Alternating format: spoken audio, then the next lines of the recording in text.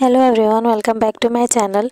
तो फ्रेंड्स, आज के इस वीडियो में हम लोग रेस्पिरेटरी ऑर्गन ऑफ एम्फीबियन यानी कि जो एम्फीबियन में रेस्पिरेशन किस टाइप से होता है उसका स्टडी करने वाले हैं। कल के वीडियो में मैंने फिशेस में रेस्पिरेटरी सिस्टम का स्टडी कराया हुआ है, तो अगर आपने वो वीडियो नहीं देखा है तो आप लोग वो वीडियो भी जाकर देख सकते हैं। तो आज हम लोग एम्फीबियन में रेस्पिरेटरी सिस्टम का स्टडी करेंगे। तो देखते हैं, इनमें लंग्स पाया जाता है और स्किन के थ्रू भी रेस्पिरेशन होता है एम्फीबियन में। तो देखते हैं लंग्स, इसका पोजीशन कैसे होता है। तो हार्ट के दोनों ओर और बॉडी कैविटी के एंटीरियर पार्ट में one pair of lungs present होता है। हार्ट होता है, उसके दोनों ओर बॉडी कैविटी के एंटीरियर पार्ट में एक पेयर लंग्स जो है वो प्रेजेंट होता है। इसका स्ट्रक्चर हम लोग देखते हैं। इसका स्ट्रक्चर ओवाइड होता है और इसकी wall thin, elastic and sac like होती है। इंटरनल फोल्ड और सेप्टा इनर सरफेस को मैनी चैम्बर के फॉर्म में इंक्रीज करते हैं, जिसे एल्वोलाई कहते हैं। एम्फीबियन में लंग का स्ट्रक्चर सिंपल होता है और मोस्ट सेलेटिन में लंग डायरेक्टली लैरिंग्स से कनेक्टेड होते हैं। क्लाउडस एम्फीबियन में लंग्स वन पेयर में प्रेजेंट होता है, जो कि इलोंगेटेड सैक लाइक होता है एंड लेफ्ट लंग अक्सर जो राइट लंग्स होते हैं उससे लार्ज होते हैं साइज में, और ये सेप्टा के थ्रू सेपरेटेड रहते हैं।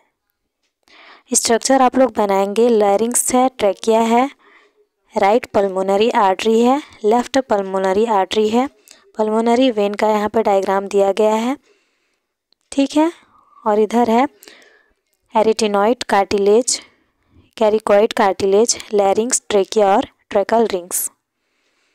आगे हम लोग देखेंगे एल्वोलाई का इनर सरफेस जो है वो सिंगल लेयर ऑफ एपिथेलियम से कवर्ड होता है, जो कि वेरी थिन होता है और फ्लैटेंट होता है।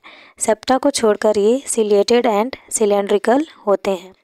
एपिथेलियम के इनर साइड पर एरोलर टाइप का कनेक्टिव टिश्यू पाया जाता है, जो blood and lymph vessel and unstriped यानी कि बिना धारी के मसल फाइबर के बीच कंप्रेशन करता है, जो लंग्स को कॉन्ट्रैक्शन एंड एक्सपेंशन यानी कि विस्तार के लिए पावर प्रोवाइड करता है।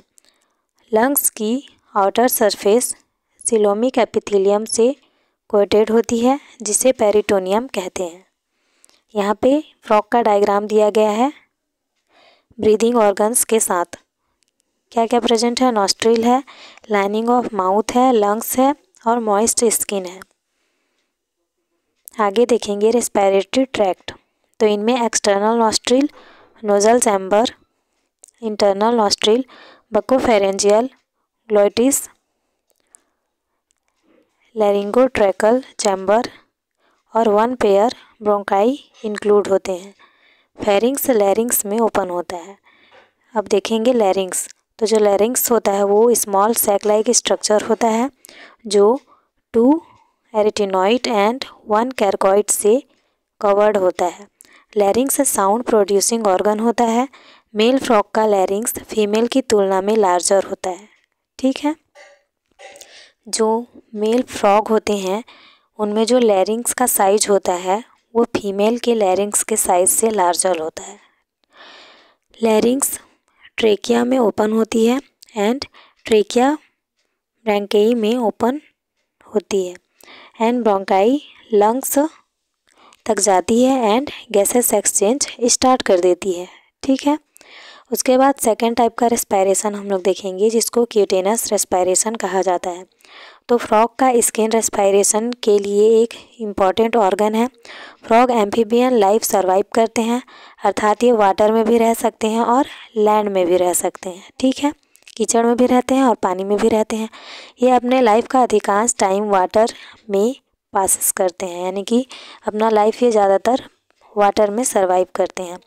During this period skin only gases exchange respiratory organ के रूप में वर्क करती है। इसी प्रकार जब frog summer sleep, aestivation and winter sleep, hibernation से गुजरता है, तो जो स्किन होती है वो एकमात्र रेस्पिरेटरी ऑर्गन होता है। रेस्पिरेटरी फंक्शन के लिए फ्रॉग का स्किन बहुत ही उपयुक्त स्वीटेबल होता है क्योंकि स्किन वेरी थिन होती है एंड इनमें ब्लड कैपिलरी पाई जाती है। म्यूकस ग्लैंड के द्वारा म्यूकस का सिक्रेशन होता है जिसके कारण उनका स्किन हमेशा मॉइस्ट यानी कि नम बना होता है। गैसेस एक्सचेंज के during oxygen firstly blood capillary के ब्लड सर्कुलेशन में डिसॉल्व होता है, जबकि जो कार्बन डाइऑक्साइड होता है वो डिफ्यूजन के थ्रू आसपास के वाटर से निकल जाता है, फिर निकाल दिया जाता है। ठीक है। जो क्यूटेनस रेस्पिरेशन के लिए मूवमेंट की रिक्वायरमेंट नहीं होती है बिकॉज जो स्किन होता है वो हमेशा एयर और वाटर से कनेक्टेड रहती है। अब अगला हम लोग देखेंगे बकोफेरेंजियल रेस्पिरेशन। ये भी एम्फीबियन में ही होता है। ठीक है। बक्कल रेस्पिरेशन बकल कैविटी को नीचे और ऊपर उठाने से होता है जिसके कारण एयर लगातार बकल कैविटी में सक की जाती है and external and internal nerve यानी कि नाड़ियों के थ्रू बाहर सक की जाती है, खींची जाती है। इस प्रकार के रेस्पिरेशन में माउथ एंड ग्लोटिस क्लोज्ड होते हैं और इस प्रकार का जो एयर ना लंग्स में ना तो कोई एयर एंटर करती है और ना ही आउट होती है। जब बकल कैविटी का तल लोअर साइड यानी कि नीचे साइड होता है तो जो एयर